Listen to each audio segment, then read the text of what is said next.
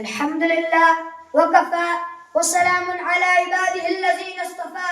أما بعد، يا إخواني، إني أريد أن ألقي أمامكم في هذه الحفلة كلمة حول موضوع العلم، وأرجو منكم الاستماع بكل شوق ورغبة.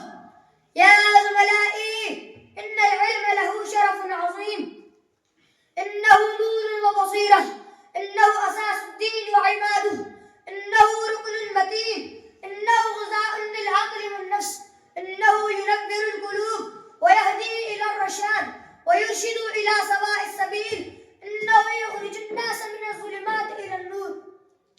وإن العلم لا يدركه إلا من صفى نفسه وزكاها، لأنه نور إلهي كما أشار إليه الإمام الشافعي. شكوت إلى وقيع سوء حفظي فأوصاني إلى ترك المعاصي، فإن العلم نور من إلهي، ونور الله لا يعطى لعاصي. وقال تبارك وتعالى: إنما يخشى الله من عباده العلماء. فيا إخواني، أبدوا أزمكم